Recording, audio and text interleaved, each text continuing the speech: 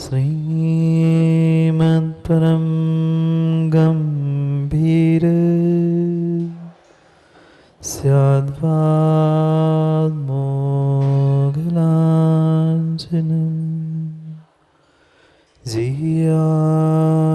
त्रैलोक्यनाथस्य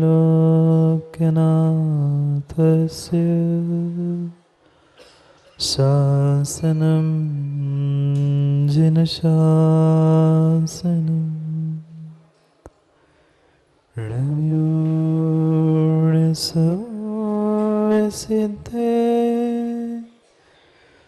जानुतं कमदिदीह संसारे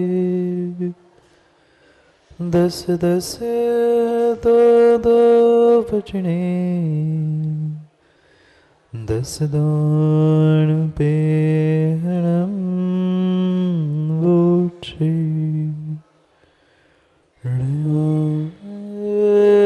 हरिहंतारणं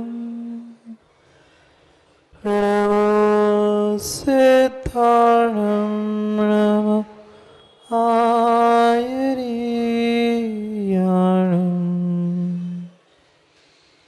नमो वैसायाणं नमो लोवे सर्वसाहुणम्।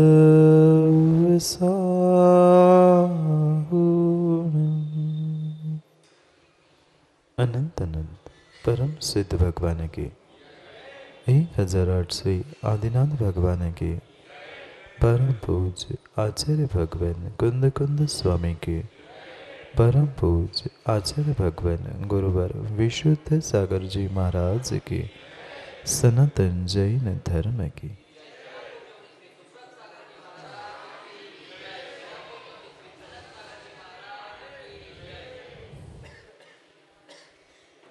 अंतिम तीर्थेश वर्तमान स्वामी के शासन में हमसे विराजते और उनकी यह पावन पीयूष देशना हम सभी के लिए परम उपकारी।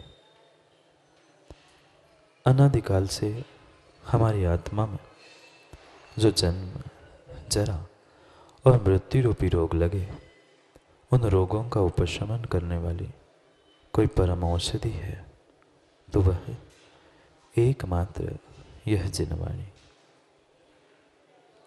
भव्यात्मा, हमारा प्रयास चल रहा था अपनी स्वयं की भूलों को पहचानने का। अनादिकाल से लेकर आज तक और इस पर्याय में भी हमने कितनी सारी गलतियां और कितनी सारी भूल आज तक करते हैं। ये मेरी सबसे बड़ी भूल थी, सबसे बड़ी गलती थी कि मैं दूसरों की गलती को खोजता रहा। आज तक जितना काम बिगड़ा तब तब मैंने पर को दोष देते हुए दूसरों की गलती, दूसरों की भूलों का खोज तो की, पर अपनी भूल नहीं खोज पाया। और यही भूल की सबसे बड़ी भूल थी, कल के भूल की यही सबसे बड़ी चंद्री जी भूल थी कि मैं आज वर्तमान में कैद में हूँ। आज का जो कुछ भी अपराध मेरे साथ हो रहा है, जो मैं आज नज़र कैद में हूँ, इस किराए के घर में जो कैद बैठा हूँ, उसके पीछे मात्र और मात्र मेरी स्वयं की भूल थी, कर्मों का आश्रय रूप। कोई दूसरा नहीं था मुझे अपने कर्मों के साथ जोड़ने के लिए। उन कर्मों को वास्तव में मैंने ही आमंत्रण दिया था, मैं ही उन्हें बुलाने के लिए गया था। दिवाली है विजय भाई, दिवाली है, बहुत सारे रिश्तेदार आए होंगे या आप भी कहीं जाओगे तो ऐसे ही मुंह उठा के चले जाओगे? सीधे कहते हो आपने बुलाया नहीं, हम आए नहीं। जब एक इंसान, एक व्यक्ति दूसरे को कहता है कि भाई तुम बुलाओगे नहीं तो मैं क्यों आऊँगा, कर्म भी अगर बोलते तो यही कहते भाई मैं अपने से नहीं आया, तूने बुलाया था राग द्वेष करके, इसलिए मैं आया हूं। अब मुझे क्यों दोष देता है? कर्मों ने ऐसा कर दिया, पुण्य नहीं है, कर्म ऐसा है, पाप उदय है। ये व्यर्थ की बातें हैं, ये व्यर्थ की बातें हैं। जैसे पाहुणा, नहीं जानते आप लोग पाहुणा? जैसे पाहुणा आता है, बुलाया किसने था? आपने बुलाया था। अब आपको ही उसकी निभानी भी पड़ेगी, निभानी भी आपको पड़ेगी, क्योंकि आपने उसे बुलाया है। भूल तुम्हारी थी, अब भूल का फल भी तुम्हें भोगना पड़ेगा। दूसरों को दोष देने से काम नहीं होगा। आज की वर्तमान की मेरी कैद, मेरा अपराध, मेरी भूल परिपूर्ण रूप से मेरे स्वयं के भूल पर निर्भर थी। कर्मों को दोष कब तक देते रहेंगे? बाहर की निमित्तों को कब तक दोष देते रहेंगे? स्वयं की गलती का भी तो एहसास करो। मैं सदियों से कितनी बड़ी गलती करते आया हूं। कोई दूसरा नहीं था आश्रव कराने वाला। जो आश्रव जारी था उसके पीछे मैं स्वयं करता था। अब संवर जरूरी है, संवर जरूरी है। बुलाया है तो निभाना भी पड़ेगा। और विदाई, विदाई नहीं करते जिनको जिनको बुलाया है। और जो जितना बड़ा व्यक्ति होगा, जितना बड़ा गहरा रिश्तेदार होगा, उसको उतना बड़ा टीका, उतनी बड़ी विदाई। आप लोग नहीं देते माँ? अभी तो त्योहार के दिन चल रहे हैं। जितना बड़ा वह रिश्तेदार, जितना बड़ा अतिथि होता है, उसको उतना मोटा, उतना वजनदार लिफाफा देना पड़ता है। बिल्कुल कर्मों के साथ यही व्यवस्था है। तुमने आमंत्रण दिया था ना, अब तुम्हें निभाना भी पड़ेगा। अब जाते समय विदाई भी तुम्हें ही देनी पड़ेगी। अन्य कोई उस कर्मों के साथ खेल खेलने वाला नहीं है।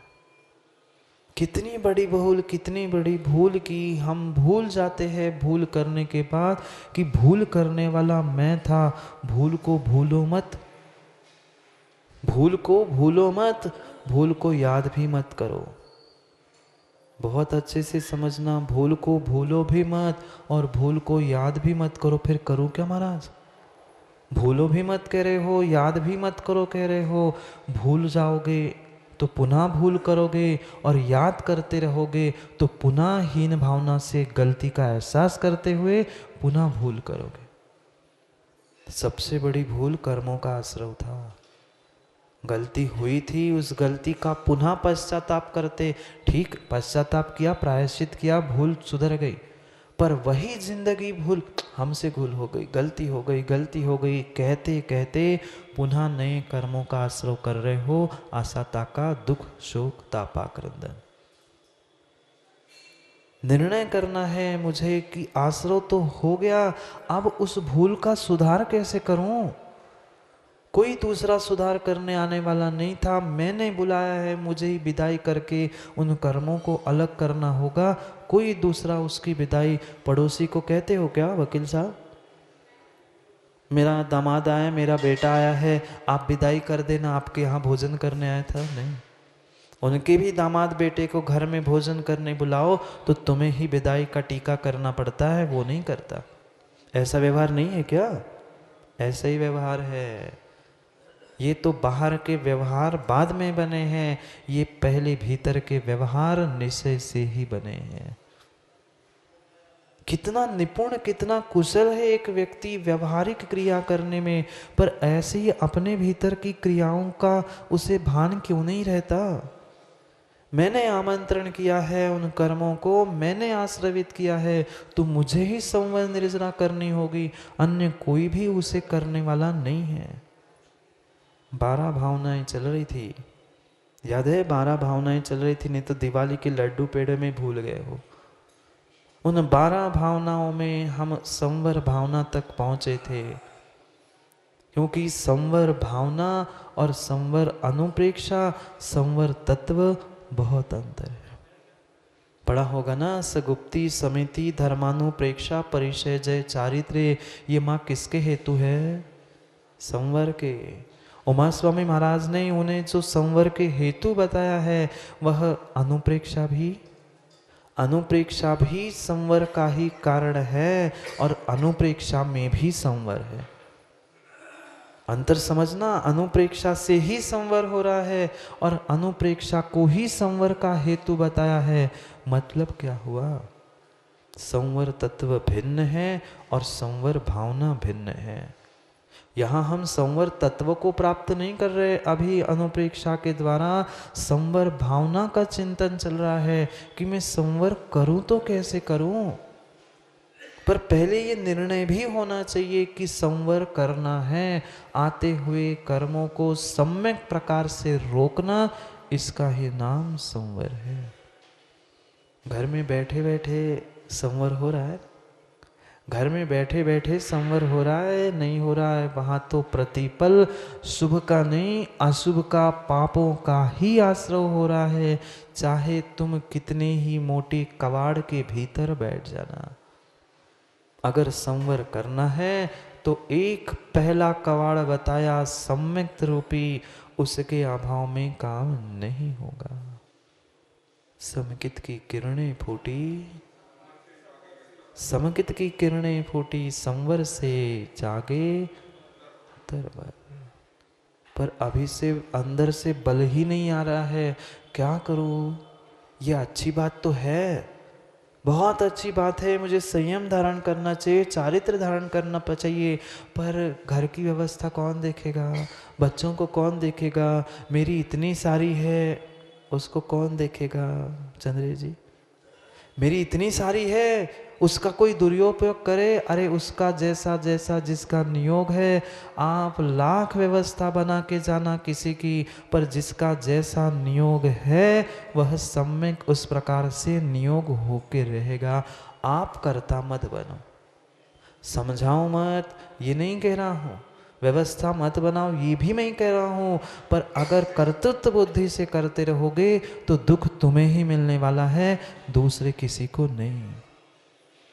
निर्णय स्वयं के मन के मजबूती से करना होगा, क्योंकि संयम और चारित्र सम्यक ये किंचित भी शब्दों की परिभाषाओं की व्याख्या नहीं है, किंचित भी शब्दों से हम नहीं समझ सकते। खूब घंटों घंटों तुम चर्चा करते रहना, चारित्र इतना उत्कृष्ट होता है, चारित्र से ही मुक्ति होती है। अरे व्याख्यान करने वालों, कभी धारण भी तो कर लो।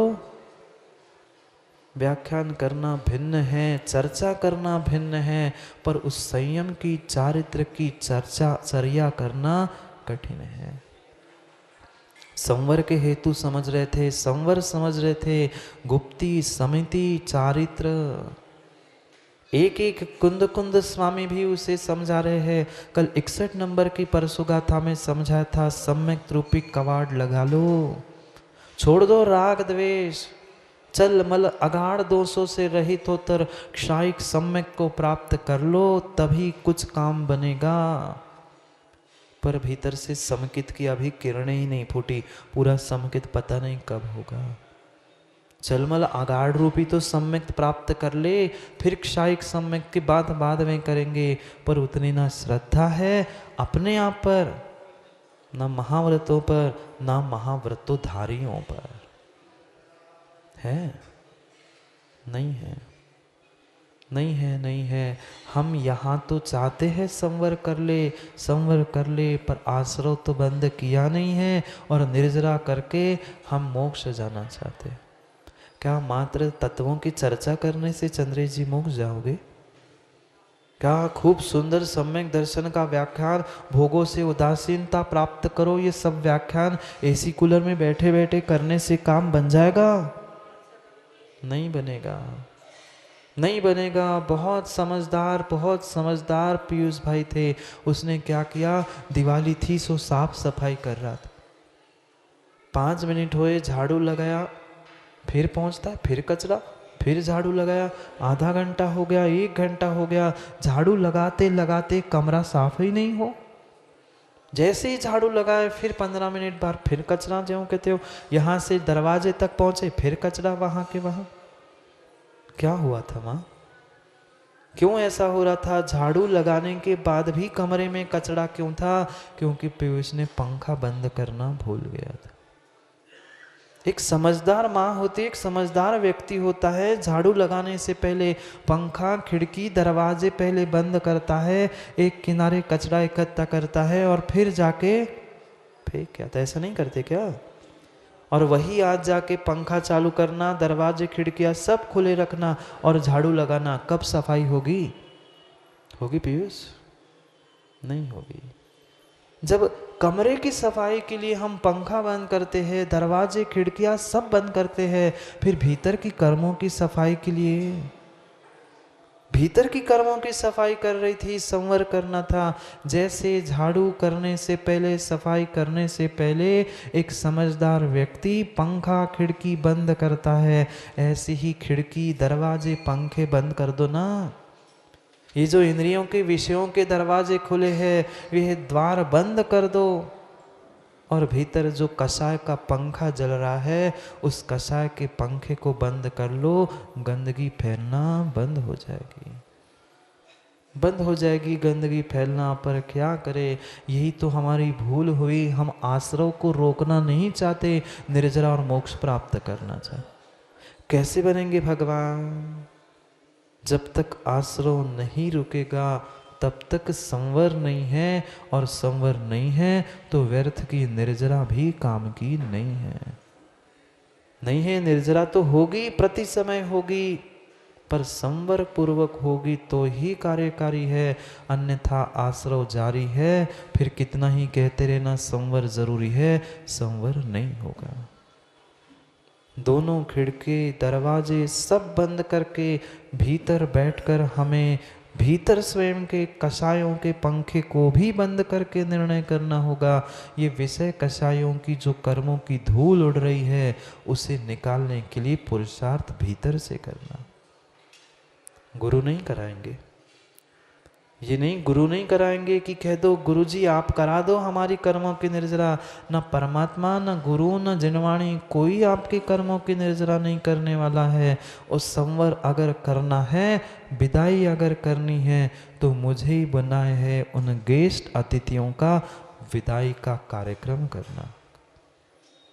पर पहले जो आने वाले हैं उनको तो रोको। पुराने लोगों को तब, पुराने अतिथियों को तुम तब बाहर कर सकते हो जब नए आ रहे हैं उनको रोको। है ही वो नहीं संभल रहे हैं, नयों को क्यों बुला रहे हो? प्रति समय जो हम मन वचन काय से आमंत्रण दे रहे हैं, वह अतिथि कर्मों के आ रहे हैं। निर्जरा तभी संभव है, सफल है, जब तुम्हारे आने वाले कर्मों को रोक देंगे।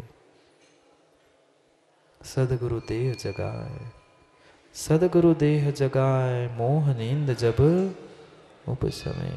क्या करे, सबसे बड़ा धोखेबाज ये मोह की नींद है। जितना सो इस मोह की नींद में, उतना हमें और मजा आता है। क्यों?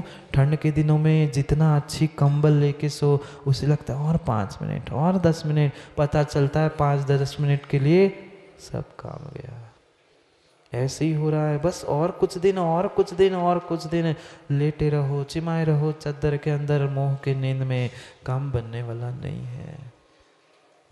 संवर का अगर कोई पहला हेतु है तो प्रबल देव शास्त्र गुरु पर श्रद्धांश सम्यक दर्शन है, और उसके बाद कोई हेतु है तो 5 महाव्रत है।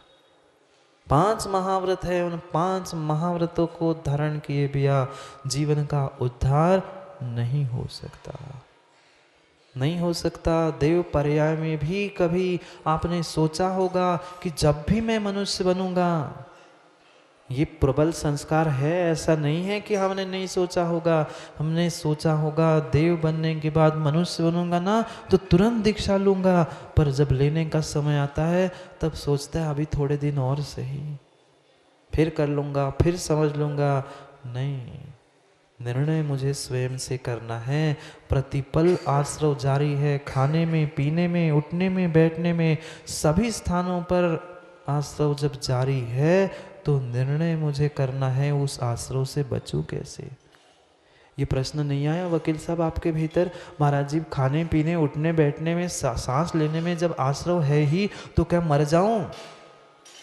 नहीं, मरने की भी भाव करोगे तो पंचेंद्रिय के हिंसा के दोष लगेंगे। फिर महाराज जी बहुत सारे लोग कहते हैं कि महाराज जी ना जीने देते हो ना मरने देते हो, करूँ तो क्या करूँ? जीऊं तो पाप है, मरने के भाव करो तो पाप है, करूँ तो क्या करूँ? यही प्रश्न शिष्य ने गुरु महाराज से पूछ लिया। भट्टकेर स्वामी मूलाचार में बहुत सुंदर उस प्रश्न का उत्तर देते हैं। शिष्य पूछता है, कदम चरे कदम चिट्टे कदम मासे वह भुजिज जदम पापम न बद्धरी। हे गुरुजी, आप तो कह रहे उठते बैठते खाते पीते सोते समय प्रत्येक समय अगर पाप है तो मैं जीऊं कि मरूं, करूं क्या? जीऊं तो कैसे और मरूं तो कैसे?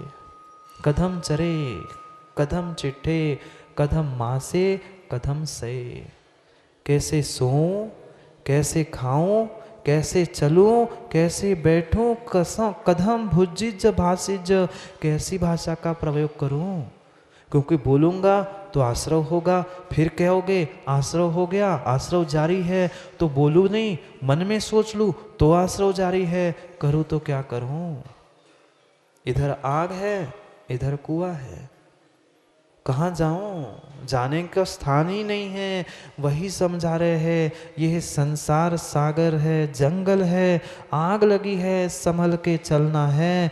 जदम चरे जदम चरे जदम चिट्टे जदम भासे जदम मासे जदम से जदम भुजिज भासिज जदम पावम्न बद्धति। एक ही शब्द बदला आचार्य महाराज ने और कह दिया, ऐसा चलो, ऐसा बोलो, ऐसा उठो, ऐसा काम करो, ऐसा भोजन करो, ऐसी भाषा बोलो जिससे पाप का बंधन नहीं हो। मतलब कैसे जीऊं? कुछ मत करो, यत्न पूर्वक। प्रत्येक क्रिया तेरी यत्न पूर्वक होनी चाहिए, प्रयत्न पूर्वक होनी चाहिए। वह अविवेक से रहित होकर, विवेक से युक्त होकर, प्रमाद से रहित जियोगे तो ही तुम्हारे पापों से रक्षा है। बोलने से पहले हम सोचते हैं, बाद में तो सोचते हैं, पर पहले ही सोचो, विवेक पूर्वक बोलो कहाँ पर क्या बोलना है, तो क्यों पाप का आश्रय हो। जदम चरे, ऐसा चलो, ऐसा बोलो, ऐसी क्रिया करो जिसमें तुम्हारा प्रमाद नहीं हो, तुम्हारा अविवेक नहीं हो। वहाँ प्रत्येक स्थान पर तुम उस अशुभ का तो कम से कम संवर कर रहे हो। कम से कम पहले अशुभ का ही कर लो, अशुभ का ही कर लो, फिर शुभ के विषय में कभी समझेंगे, पर तभी समझेंगे जब अशुभ से दूर होने का प्रयास करेंगे। क्या पूछा शिष्य ने?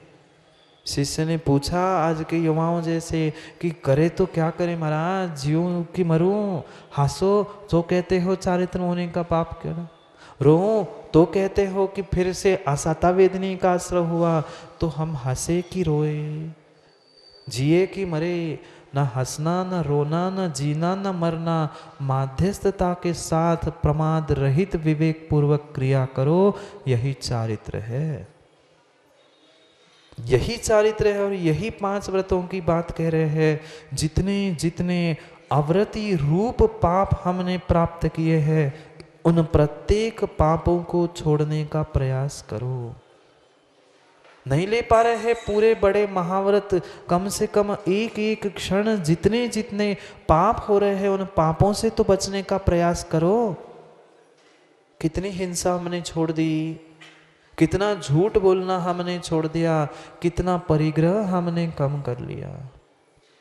स्वयं का निर्णय स्वयं से करना है। दूसरों की भूल मत देखना, महाराज जी वो तो झूठ बोल रहा था, वो बोले उसका काम है, हम क्या कर रहे हैं? स्वयं में स्वयं से निर्णय करना है। जब तक ये भीतर से निर्णय नहीं होगा तब तक काम बनने वाला नहीं है। पढ़ो, कुंद कुंद स्वामी कह रहे हैं, उन 5 अव्रति के आश्रय को कैसे रोकोगे और कषाय से होने वाले अव्रति को कैसे रोकोगे। दोनों को एक ही श्लोक में 62 नंबर के कह रहे हैं। पहले श्लोक पढ़ते हैं, फिर उनके ही शब्दों के आलंबन से अपने भीतर तक पहुंचने का प्रयास करते हैं। पंचमहावय मनसा अविरमणम निरोहणम हवे नियमा कोहादियासवाणम दाराणी कसाई रहिए पलंगे हिम। पढ़ो एक साथ।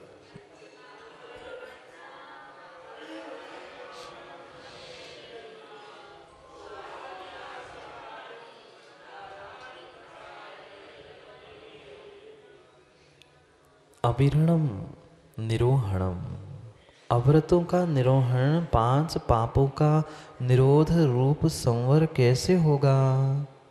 पंच महाव सवर्ण मनसा, 5 महाव्रत से युक्त। मात्र चंद्र जी 5 महाव्रत नहीं लिखे, कुंद कुंद स्वामी बहुत बहुत विवेक के साथ एक एक शब्द चुन चुन कर लिखते हैं। पंच महाव्रत मनसा, 5 महाव्रतों से युक्त मन से। आज तक हमने तन से महाव्रत धारण कर लिए, मन से नहीं किए, मन में कर लिए। अंतर समझना, मन में, भाव में, भावना में।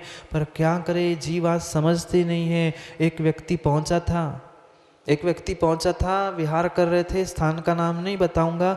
एक व्यक्ति पहुंचा, महाराज जी विद्वान थे, पंडित थे, कह रहे थे महाराज जी क्या है पंचम काल में ये नंगे होकर घूम रहे हो? मैंने कहा भैया क्या हो गया? कहना इतना मेहनत कर रहे हो, नंगे होकर भोजन करते हो, भटकते रहते हो, पता नहीं कैसा आहार मिलता है लेते हो, आप इतना सारा करके आप द्रव्यलिंगी हो, हम भावलिंगी है। कौन कह रहा था दादा? कौन कह रहा था? एक पंडित कपड़ेधारी वस्त्रधारी कह रहा था महाराज जी क्या ये द्रव्य लिंग लेकर घूम रहे हो, मेरे जैसे भावलिंगी बनो। मैंने कहा बहुत अच्छा भैया बताओ भावलिंगी की परिभाषा, हम तो जानते नहीं हैं। हम अगर द्रव्यलिंगी तुम मान रहे हो तो फिर भावलिंग की बताओ परिभाषा क्या होती? महाराज सुबह से लेकर शाम तक हम भावों में यही सोचते हैं, हमारी यही भावना चलती है कि मैं मुनिराज बन जाऊं, मैं महाराज बन जाऊं, मैं दिगंबर बन जाऊं। मैंने कहा कितनी अच्छी बात है, तुम सोच रहे हो, हम बन चुके हैं, फिर भी तुम्हें द्रव्यलिंग दिख रहा है। वो कहता नहीं हम तो भावलिंगी है। मैंने कहा तुम भावलिंगी नहीं, भावना लिंगी हो। मां अंतर समझना, भावलिंगी और भावना लिंगी में। चंद्र जी कहने लग जाए हम तो भावलिंगी, भाव नहीं, भावना से तुम मुनिराज हो। भावना में, भाव में होना भिन्न है और भावों से होना भिन्न है।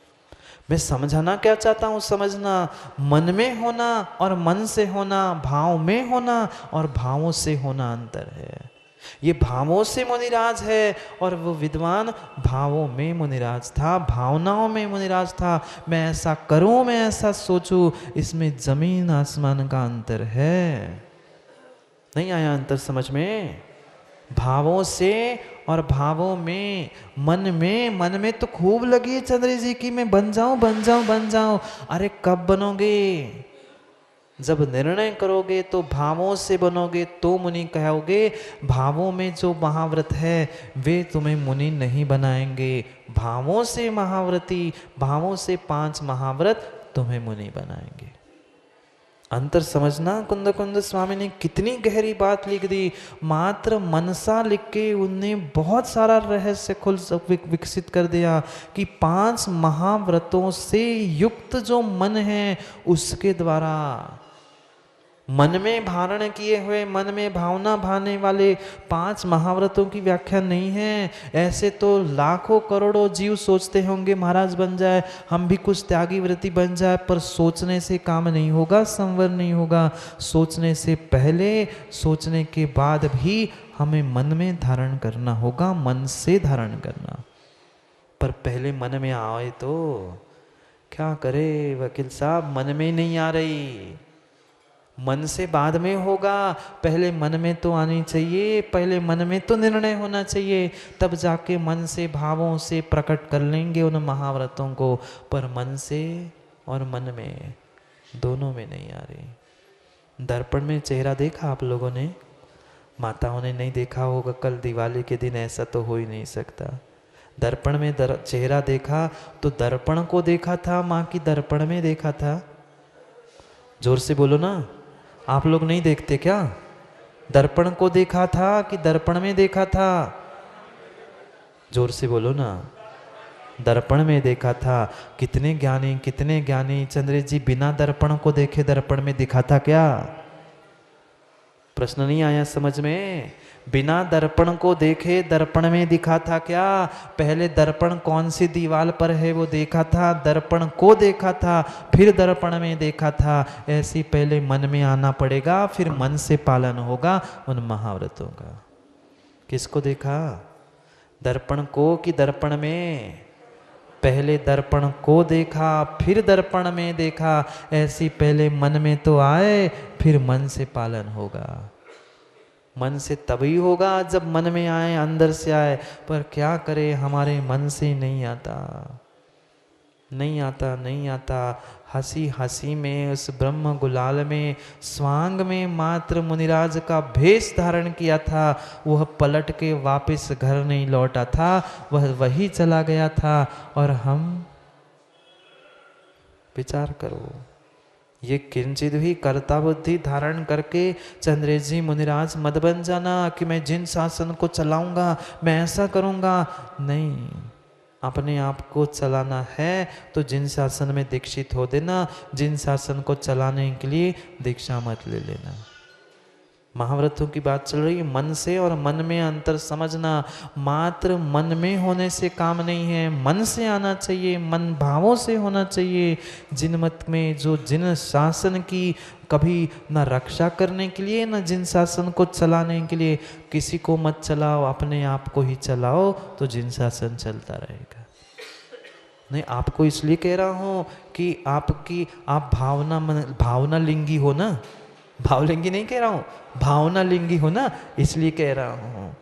अगर भावना है तो जिन शासन का कल्याण उद्धार धर्म का किसी का कुछ नहीं, अपना स्वयं का कल्याण करना है तो जिन शासन में दीक्षा धारण करना। बिना मोक्ष मार्ग के कल्याण नहीं है। पर क्या करे, हमारा मोमा नहीं छूट रहा है, इसलिए मोमा प्राप्त नहीं हो रहा है। हमारे भीतर का मोमा छूट नहीं रहा है, इसलिए चंद्र जी का मोमा प्राप्त नहीं हो रहा है। मोमाया ने मोह माया और मोह माया ने मोक्ष मार्ग। मोमा से मोमा तक मोमा ही नहीं छूट रहा, मोह माया नहीं छूट रही, कहाँ से मोक्ष मार्ग मिलेगा? पहले तो निर्णय कर लो मोह माया से छोट दूर होने का, तभी तो मोक्ष मार्ग मिलेगा। न बेचारों की मोह छूट रहा है, न माया छूट रही है। उस माया के पीछे भी मोह चल रहा है और मोह के पीछे भी मायाचारी चल रही है। माया के पीछे मोह, मोह के पीछे माया, लगे रहो मोह माया में। हैं सब? अरे एक क्लास क्या, मैं तो कह रही एक क्लास के ऊपर के भी क्लास के ऊपर के हो गए तो भी समझ में नहीं आ रहा है। हाँ, राशि भले ही एक हो। अरे राशि एक होने से क्या होता है? राम रावण की राशि एक थी, राम रावण की राशि एक थी। कल जो भगवान बन गए ना महावीर, मारीची की पर्याय में भी राशि एक थी। अब बोलो, राम की रावण की राशि एक थी, महावीर मारीची की राशि एक थी, कृष्ण और कंस की भी राशि। अब बोलो, राशि एक होने से कुछ नहीं होता, पर काम भी तो एक सा होना चाहिए। राशि भले ही कुछ हो, मोह माया मोक्ष मार्ग, भले ही शब्दों की राशि, ये तो निमित्त था। अपने उपादान को भी तो समझो। काम राशियों से नहीं होता, इन राशियों से भी नहीं। ये भी राशि है ना, इन राशियों से होता है ना उन 12 राशियों से होता है। काम अगर कोई से होता है तो अपने भावों से होता है। नहीं होता, राशियों से काम नहीं होता, भावों से काम होता है। भाव की राशि सुधार लो। अरे जितने राशि का चक्कर चलाने वाले पंडित है, क्यों दूसरों के यहाँ दादा जाके भीख मांग रहे? इतने ही वास्तु का ज्ञान है, इतना ही राशियों का ज्ञान है, निषेध नहीं करना हूँ। अगर इतना ही ज्ञान है तो दूसरे के यहाँ जाके क्यों वास्तु ठीक कर रहे? अपनी घर की वास्तु करना, छप्पर से पैसे टपकने लग जाए। समझना सत्य बात को। आगम की किसी विधा का निषेध नहीं आगम में आया है, पर बता रहा हूं तुम दूसरे को सलाह दे रहे ना, अपने आप को करके बताओ ना। फिर कहते क्या करें महाराज जी, जैसा कर्म का उदय। अरे फिर तभी उससे कह देते ना कर्म का उदय हो तो सब ठीक हो जाए। वो नहीं कहेंगे कि पुण्य बढ़ाओ, तुम्हारे पुण्य बढ़ाने के चक्कर में जेब तो नहीं बढ़ रही ना, इसलिए तुम पहले हमारी जेब बढ़ाओ, फिर काम नहीं हुआ तो कह देंगे पुण्य बढ़ाओ। ये आश्रव है, संवर करना है तो निर्णय करो, सोचो। ये किंचित मत सोचना, ये किंचित मत सोचना, हमें तो कोई ज्ञान ही नहीं, हमें तो कुछ समझ नहीं आता, हम महाराज बन के करें क्या। बहुत सारे युवा आते हैं कहते महाराज जी हमें तो ज्ञान है ही नहीं है, हम तो कुछ जानते ही नहीं हैं। ज्ञान बाद में करना है, पहले अव्रति से व्रति प्राप्त करना जरूरी है। बहुत अच्छी बात पूज्यपाद स्वामी कहते हैं समाज तंत्र में, अव्रति व्रतमादाय व्रति ज्ञान परायणा। सबसे पहला अगर कोई कारण है श्रावक का अपने उत्थान करने का, तो अव्रति से व्रति बनो, और व्रति बनने के बाद फिर समय कहाँ लगाओगे, दुकान व्यापार घर परिवार नहीं, फिर ज्ञान परायणा। अव्रति व्रतमादाय व्रति ज्ञान परायणा, पहले अव्रति से व्रति बनो और फिर व्रति से ज्ञान की आराधना में लग जाओ। नहीं है जरूरी, नहीं है जरूरी कि पहले बहुत सारा ज्ञान हो तो हम कुछ कर पाए। मैं तो और अच्छा कहता हूँ, जो आचार्यों ने कहा जो ज़्यादा ज्ञानी होता है चंद्र जी वो कभी चारित्र धारण नहीं कर पाता। विरले ही होते हैं कोई, विरले ही होते कोई जो ज्ञानवान होने पर भी चारित्र धारण करते हैं। इसलिए पहले चारित्र धारण करो और फिर जितना चाहे गुरु के चरणों में रह के ज्ञान करो, फिर अहम नहीं आएगा, नहीं आएगा, नहीं आएगा। क्योंकि बहुत अच्छी बात आगम में लिखी है, 5 महाव्रतों को जो कुंद कुंद स्वामी मन से कह रहे हैं वही पूर्वाचार्यों ने कहा है और उसी अपरवर्ती आचार्यों ने कहा है। भाव विरदोद विरदो, भावों से विरत ही व्रति है। मात्र शरीर से तन से 5 महाव्रत पिछी कमंडल दिगंबर मुद्रा धारण करने से कल्याण नहीं होगा। ढेर लग गए, ढेर लग गए, उसको उल्टा अर्थ वकील साहब ले मत लेना, नहीं तो वकील साहब कहते फिर क्या जरूरत है महाव्रती बनने की। तन से जो महाव्रती बनकर सुमेरु पर्वत जैसे पिछी कमंडल के ढेर लग चुके, पर वो मात्र द्रव्यलिंगी बने थे, भाव विरत नहीं थे, भावों से विरक्ति नहीं थी। तन से महाव्रत थे, मन में भी महाव्रत थे, पर मन से महाव्रत नहीं थे। प्रत्ययों को समझो, मन में और मन से, भावना में तो है, शरीर में भी है। शरीर से भी 5 महाव्रतों का निरतिचार पालन किया, पर बेचारा ग्रहवेग तक पहुंचकर पुनः संसार में टपक गया। वो तो मैं बताना नहीं चाहता, वो तो आपको छड़ाला की पूरी एक एक वो याद है, नहीं है याद माँ, ग्रहवेग उपजाए सब कुछ याद है, पर अपने भीतर लगाओ ना। उमा स्वामी महाराज ने भी तो यही कहा, हिंसा नृत्य स्थेय परिग्रह विरतिर व्रतम, विरक्ति का नाम व्रत है।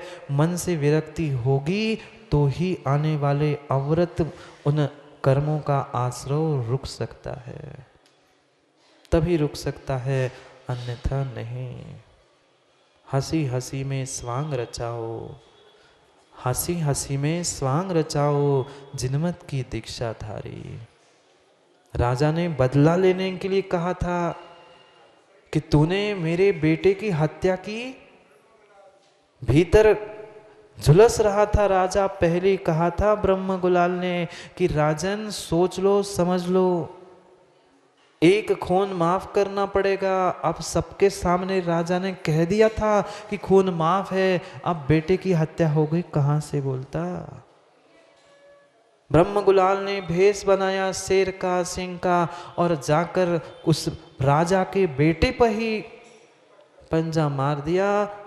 वहीं पर अब सबके सामने राजा ने वचन दिया था, ब्रह्म गुलाल का कुछ कर नहीं सकता था, पर भीतर तो झुलस रहा था विषय उस कसायों से कि क्रोध से इसने मेरे साथ ऐसा किया ना, मैं देखता हूं। कसाय की भी बात कह रहे, कोहादि आश्रवणम दारादि कसाय रहे पलगे। क्रोधादि कसाय को भी जीतना है तो माध्यस्थता, अकसायता आदि आदि गुण आने जरूरी है। क्रोध कसाय से राजा झुलस रहा सा, तूने मेरे बेटे को मार दिया, अब मैं तुझे अच्छी शिक्षा दिलाता हूं। वही बैठे बैठे उसने निर्णय कर लिया और कह दिया कि जाओ, तुम इतने ही बड़े कलाकार हो, बहुरूपिया हो ना, जाओ, मेरी आज्ञा है, मेरा आदेश है, अगर तुम में दम हो तो दिगंबर मुनि होकर दिखाओ। ब्रह्म गुलाल कुछ क्षण तो सोच में पड़ गया कि दिगंबर मुनि कैसे बनूं, पर सबके सामने उन्होंने वो चैलेंज किया और फिर सबके सामने कहे तो फिर और बड़ी बात हो गई। आप राजन क्या बात करते हो, मैं अगर शेर बनकर आपके बेटे को मिटा सकता हूं तो मैं दिगंबर मुनि भी बन सकता हूं। समय मांगा, समय मांगा, मुझे समय दो राजन, मुनि बनना है, इतना आसान नहीं, समय चाहिए। राजा ने कहा ठीक, जितना समय चाहिए उतना समय ले लो। समय हो गया, समय पूरा हो गया और वह दिगंबर भेष धारण करके सामने ब्रह्म गुलाल पहुंच गया। आसान नहीं है, आसान नहीं है चंद्रेश जी। एक छोटे से 2-3 साल के बालक की भी धीरे से पीछे से चड्डी खींच लो, पकड़ लो, रोने लग जाता है। वह निर्ग्रंथ भेष को दुनिया के सामने, जहां कोई विकार नहीं है, ऐसे भेष को धारण करके दुनिया के सामने क्यों समाज दुनिया उनके सामने नतमस्तक होती है। ऐसे भी जीव सुबह सुबह कोमल दादा देखते हैं हम, जिनको नमोस्तु भी पता नहीं, दिगंबर मुनिराज पता नहीं, ऐसे असाठी आदि आदि कितने महिला पुरुष वह रास्ते पर साष्टांग होते हैं और जैन साहब गाड़ी में मुंह फेर के चले जाते हैं। यही हम तो सबको ही पहचानते हैं। वे 8-9 महीने से मां रोज जंगल जाने के रास्ते पर महिलाओं को पता चल गया, अजैन महिलाओं को, कि महाराज को नमोस्तु किया जाता है। दूसरों को देख देख कर वे साष्टांग दंडवत माथा टेक कर नमोस्तु कहते। कौन? जिनको नहीं पता कि नमोस्तु क्या होता है वे नमोस्तु कर रहे हैं, और जिनको पता है नमोस्तु करना है वे मुंह फेर के जा रहे हैं। हमें कोई परेशानी नहीं, दया आती है इन जीवों पर। विचार करो, कहाँ है हमारा सम्यक दर्शन, कहाँ है हमारा श्रद्धा। एक अजैन अन्य कुल में जन्मने वाला वो साष्टांग लौट रहा है, जिनको कुछ भी नहीं पता, उस दिगंबर मुद्रा के सामने झुक रहा है, और हम क्या कर रहे हैं? हम उसमें ही भेदभाव कर रहे हैं। कल परसों भी समझा था, चल मल अगाड़ दोष का आश्रय देते हुए राजनीति बंद कर दो, बंद कर दो। सबके साथ कोमल दादा, सभी के साथ एक सा व्यवहार होना चाहिए। किसी के लिए कुछ, किसी के लिए कुछ, किसी के लिए कुछ, यह व्यवहार बड़े लोगों को शोभा नहीं देता। सबके लिए एक नियम होना चाहिए, जैसे परिवार में, देश में, राष्ट्र में सभी के लिए एक सा कायदा होता है, ऐसे सभी स्थानों में धर्म आयतनों के साथ भी एक सा कायदा कानून होना चाहिए। क्या करें, जिसकी जैसी मति वैसी उसकी गति। हम उनको भी कहने के पीछे नहीं पड़ते, पर विषय आता है तो समझाना कर्तव्य है, इसलिए कहना पड़ता है। क्या करें, कमरे में कुछ चंद्रेश जी कहते हैं, नीचे आके और कुछ कह जाते, बाहर तो और तीसरे ही कुछ बात पे आती। वे अजैन जिनको कुछ नहीं पता, वे साष्टांग चरणों में लौट रहे हैं, और हम जहाँ निर्जरा करनी थी, तुम्हारे गुरु, तुम्हारे भगवान, तुम्हारी जिनवाणी, तुम्हारे गुरु के निमित्त से दूसरे कर्मों की निर्जरा कर रहे हैं, और आप कर्मों का बंध कर रहे हैं। विचार करो, वहाँ उसने मात्र भेष बना लिया, राजा आश्चर्यचकित हो गया, ये कौन आ गया, कोई महाराज तो नहीं आ गए? सिंहासन से उठकर राजा भी जाकर सामने, फिर जाके देखता है चेहरा, ब्रह्म गुलाल तू? उसने आसन दिया बैठने के लिए, मुनिराज थे, अब ब्रह्म गुलाल नहीं था। अब ब्रह्म गुलाल नहीं था, वह मुनिराज बन गया था। बढ़िया कहा, तू आजा इस सिंहासन पे, ये जो मंत्रियों के लिए लगे है, तूने बहुत अच्छा काम किया है, इस पे बैठ जा।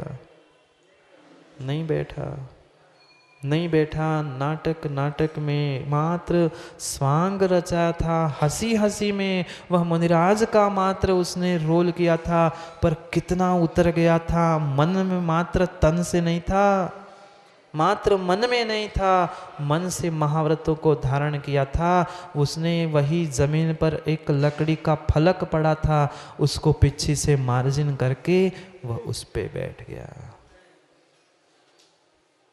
हो गया स्वांग। राजा ने कह दिया, बस मेरा काम हो गया, तूने स्वांग रचाया था, बस अब हो गया, आ जाओ वापिस, ये ले लो धन मैंने, तू जो मुंह बोलेगा, आधा राज मांग रहा है तो आधा राज ले ले। वो कहता है, राजन हंसी हंसी में मुद्रा धारण तो की है, पर अब मुद्रा धारण करने के बाद मैं जिनमत की हंसी करने वाला नहीं हूं। हंसी हंसी में, स्वांग स्वांग में मैंने ये भेष तो धारण कर लिया, पर अब भेष धारण किया है तो इसमें मैं हंसी करने वाला नहीं हूँ। अब तो मैं घर नहीं लौटने वाला हूँ, ना तुम्हारे राज्य में रहने वाला हूँ। मेरे भीतर का निर्णय हो चुका है, अब तो मैं दिगंबर दीक्षा ही लेकर इसी भेष में जीवन व्यापन करूँगा और समाधि करूँगा। वह स्वांग स्वांग में मात्र उसने एक चंद मिनटों के लिए मुनिराज का मात्र रूप धारण किया था, तन में मन में था, उसने मन से भी कुछ समय में करके दिखा दिया। सोच लो वह कितनी तीव्र कषाय मुनि उसके पास थी, राजा के पास। वह तो कषाय से भरकर बदला लेने के लिए कर रहा था। कब तक किससे बदला लेते रहोगे, कब तक किससे बदला लेते रहोगे? समझा देना चंदन भाई मित्र को। हंसी हंसी में ब्रह्म गुलाल में स्वांग रचाया था, जिनमत की दीक्षा धारी थी, एक नहीं दो दो बगल बगल में बैठे हैं। सोचना, जब उसने जिनमत में दीक्षा धारण कर ली, हम तो साक्षात जिनमत में हैं, हमें कितने अच्छे से उसको धारण करना होगा। 5 महाव्रतों को पालन किए बिना 5 पापों का निरोध होने वाला नहीं है।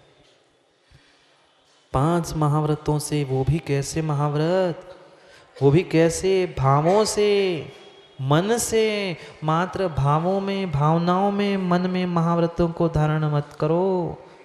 निर्णय करने का समय है, निर्णय करने का समय है। समय हो गया है, घड़ी का भी हो गया है, घड़ी का भी हो गया है और सबका समय हो गया है। महावीर स्वामी तो निर्णय करके चले गए, शेर की पर्याय में सही, पर निर्णय तो हुआ। आपका इंसान की पर्याय में निर्णय हो जाए, पर निर्णय ही नहीं हो पा रहा। किसको समझाऊं?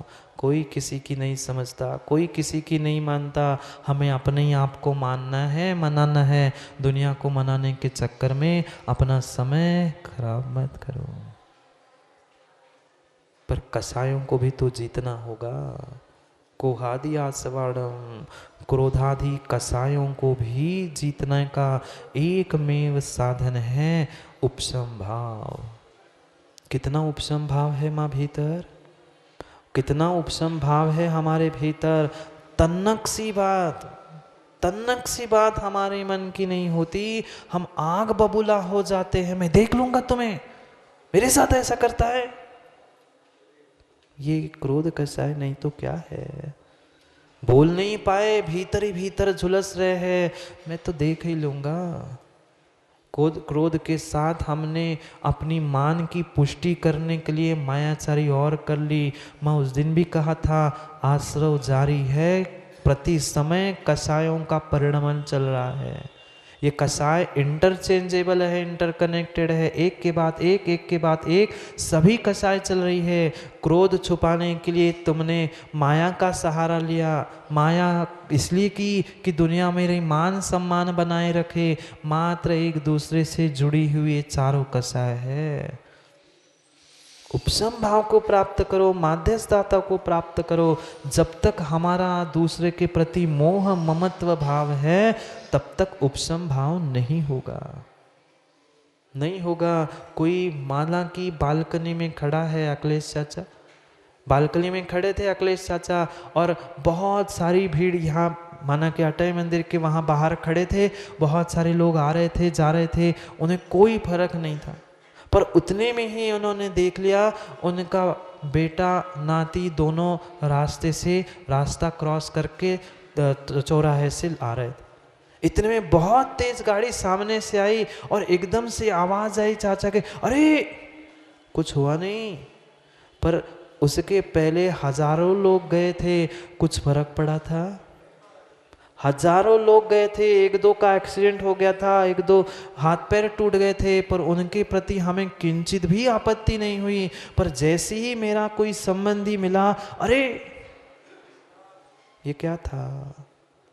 पहले जो राग द्वेष रहित माध्यस्थता थी, ऐसी माध्यस्थता सबके साथ होनी चाहिए, ऐसा उपशम भाव सबके साथ होना चाहिए, तभी कुछ काम बन पाएगा। तब कछु बने उपाय, तब कछु बने उपाय, कर्म चोर आवत रुके। सदगुरु समझा रहे, सदगुरु समझा रहे, समझ जाओ संभल जाओ संभल जाओ। पुनः समय कोई महावीर स्वामी समझाने आने वाले नहीं है, आएंगे आदर्श, आदर्श समझा रहे हैं, वे आदर्श समझा रहे हैं। अगर आदर्श मानते हो आदर्श, तो आदर्श जैसा कर लो। 5 महाव्रत और उन अकसाय भावों को प्राप्त कर लो। महाव्रत धारण करके भी कसाय करोगे तो भी काम नहीं बनेगा। इसलिए दोनों बातें, दोनों व्याख्यान एक साथ कुंद कुंद स्वामी कर रहे हैं कि आश्रव को रोकना है तो सबसे पहले तो दृढ़ श्रद्धान रूपी क्षायिक सम्यक रूपी कवाड़ लगा दो, फिर दूसरी खिड़की महाव्रत की, फिर तीसरी खिड़की वह अकसाय भाव की। तभी तुम भीतर अपने एसी, विजय भैया एसी की याद है ना, तभी तुम ऐसी अपने भीतर के उस सुख का वेदन कर पाओगे। ये बहुत बहुत बहुत खतरनाक वस्तु है जिसे आगम में 2 मुही नागिन कहा है, जिसका नाम है मोहनी कर्म, जो सम्यक दर्शन से भी च्युत करा रही है और हमें सम्यक चारित्र से भी दूर करा रही है। अगर सम्यक दर्शन और सम्यक ज्ञान सम्यक चारित्र को प्राप्त करना है मोक्ष मार्ग, तो मोह और माया दोनों को छोड़ना होगा। मोह प्रतीक हो गया दर्शन का, माया हो गया कसाय का, चारित्र होने का। वह जब तक मोहनी कर्म है तब तक भूल सुधरने वाली नहीं है। सुधार लो अपनी अपनी भूल को, दूसरों की भूल को देखने से काम नहीं होगा। अपनी स्वयं की भूल को निहारो। अनादि से भूल करते आए हैं, दूसरों की भूल को देखते देखते। यही तो सबसे बड़ी भूल थी, दूसरों की भूल को देखना। अपनी भूल को देखो, अपनी भूल को साफ करने का प्रयास कर लो। लगाया कभी झाड़ू, लगाया कभी झाड़ू अपने भीतर? घर मकान दुकान वो तो सब साफ सफाई दिवाली की हो गई, पुनः 4 दिन बाद वही स्थिति होगी, पर ऐसी भीतर की कभी झाड़ू लगाई?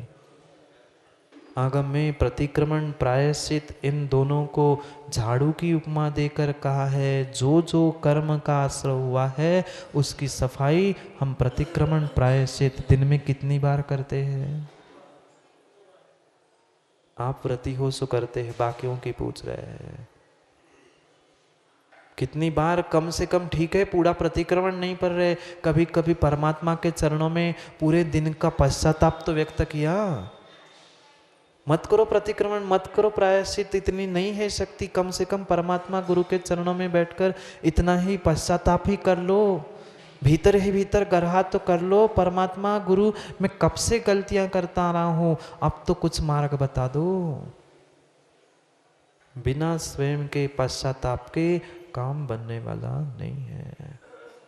यही निर्णय करना है, ये भगवान आत्मा भगवान बनेगा कैसे?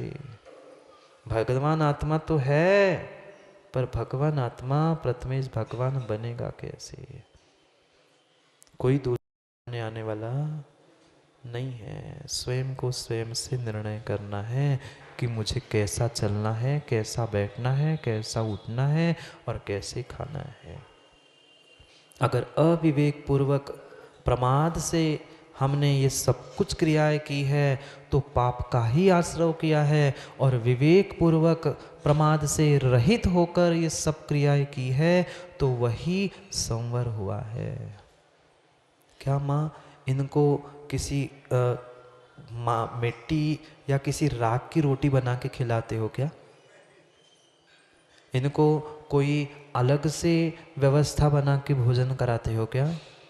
नहीं, वे भी भोजन करते हैं, आप भी भोजन करते हो, पर चंद्र जी इनका आहार होता है, आपके भोजन होते हैं। इनका संवर निर्जरा तत्व प्रारंभ हो जाता है और आपका आश्रव आश्रव आश्रव जारी है। इसलिए अब संवर जरूरी है। बुलाया है तो विदाई भी करनी होगी। बुलाया आपने है अतिथियों को, रिश्तेदारों को, कर्मों के। अब कर्मों के गेस्ट को भगाने का काम भी तुम्हारा है, तुम्हें ही विदाई देनी होगी। कोई दूसरा टीका विदाई करने वाला नहीं है। जाओ टीका करने का मतलब भाई दूज है ना, टीका करने का समय हो गया। करो, दूसरों पे टीका टिप्पणी करते रहो। टीका करने का समय है, टीका नहीं। चंद्रे जी टीका तो करो, तिलक तो लगाओ, 3 लोग के तिलक बन जाओ, पर दूसरे पर टीका टिप्पणी मत करो। टीका मतलब टीका और टीका मतलब टीका, टीका मतलब टीका और टीका मतलब निंदा नहीं करो। सबको एक समान जानने का, एक समान मानने का प्रयास करो तो कुछ काम होगा। भावों से महाव्रत धारण करो और भावों में उपशम भाव धारण करो तो ही काम होगा। उन कसायों ने क्या क्या क्या क्या नहीं किया माँ, विचार करो। उन कसायों ने देव शास्त्र गुरु को भी लपेटे में ले लिया। कौन सी कसाय ने छोड़ दिया देव शास्त्र गुरु को लपेटे में लेना? परमात्मा तक लड़ने पहुंच जाते हैं, गुरु की भी हम निंदा कर बैठते हैं, जिनवाणी को भी उठा के फेंक देते हैं। क्या कर रहे हो आप लोगों ने? ये घटनाएं नहीं देखी, हमने तो देखी। उन कसायों को जीतो, उपशम करो, कम से कम दबाने का ही प्रयास कर लो। निकाल नहीं पा रहे तो मत लपेटो अपने कसायों के चक्कर में देव शास्त्र गुरु को। मत मोहरा बनाओ उनको। नुकसान उनका नहीं है, नुकसान आपका है। हाँ तो दबाना ही कह रहा हूँ, क्षय नहीं करो। कम से कम दबा तो सकते हैं पंचम काल में, उपशम ही कर लो, उतने से काम बन जाएगा। छठे काल से तो बच जाएंगे, फिर अगले काल में आके क्षायिक भी प्राप्त कर ले। जाओ, समय हो गया है, आज तो खोलना है ना। समय हो गया है उस जीव के बारे में भी समझने का। कल जैसे ही शाम को सुना कि इतने क्यों, देखना महाव्रत कसाय और उसकी ही बात चल रही है, जिन्होंने जीवन भर उन महाव्रतों को धारण किया होगा। ब्रह्म गुलाल ने तो मात्र भेष धारण किया था, और ऐसे महान आचार्य भगवान ने, जिसने जीवन भर उन 5 महाव्रत 3 गुप्ती समिति का पालन करके जो अथक अपनी आत्मा की प्रभावना के साथ साथ जैन धर्म जैन दर्शन की जो महती प्रभावना की थी, वह वास्तव में सराहनीय थी। उपाध्याय पद, आचार्य पद, मुनि पद, इन सभी पदों को विभूषित करके जो उन्होंने एक अलौकिक ज्ञान की अलख जगाई थी, ऐसे कल आचार्य ज्ञान सागर जी महाराज से इस समाज ने और इस नमोस्तु शासन ने हाथ धो लिए।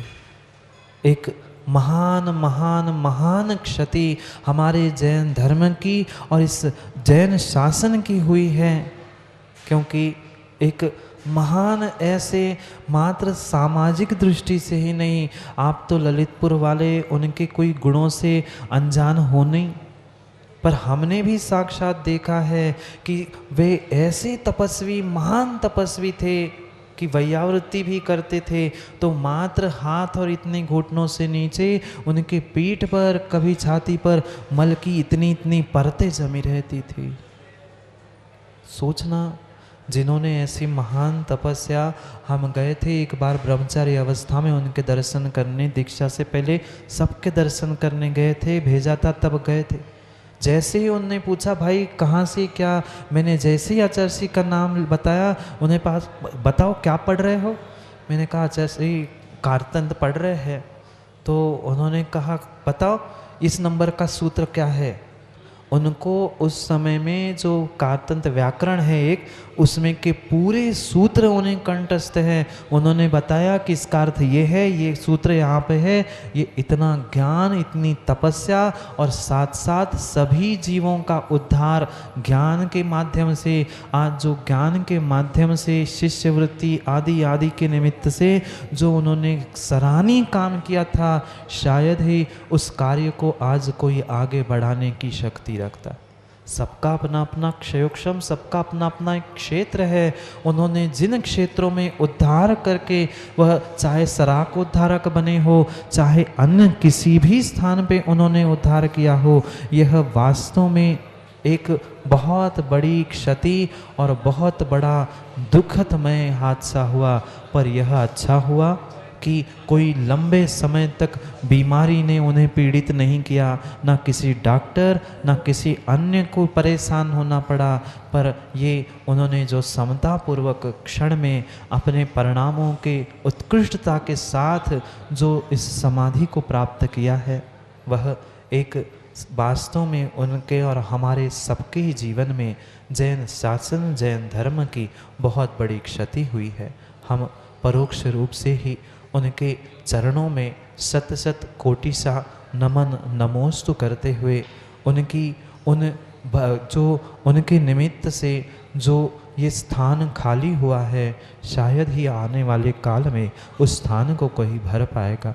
उनके चरणों में उनके पूरे संघ के साथ यही सांत्वना के साथ परोक्ष रूप से शत शत नमोस्तु के साथ यही भावना, जैसे उत्कृष्ट कार्य उन्होंने मुनि अवस्था में आचार्य पद, उपाध्याय पद में प्रारण किए थे, ऐसे ही उत्कृष्ट स्थान को, उत्कृष्ट पदों को आने वाले भविष्य काल में वे प्राप्त करते रहे और वे नियम से आने वाले समय में भगवान बन जाए। इसी भावना के साथ आज के अपने समय को भी, संवर भावनाओं को भी विराम देते हैं।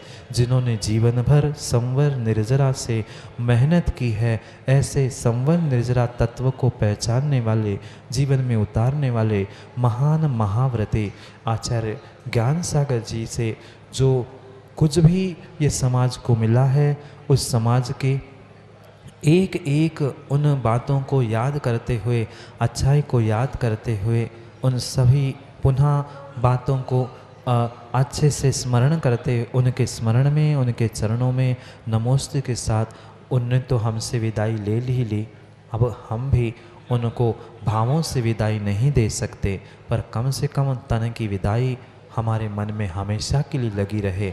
इन्हीं भावनाओं से आज के समय यही पर पूर्ण करते हैं। कल पुनः समय पर समय की बात करने के लिए समय पे मिलते हैं, क्योंकि समय पे किया गया काम समय को दिलाता है। बोलिए भगवान महावीर स्वामी।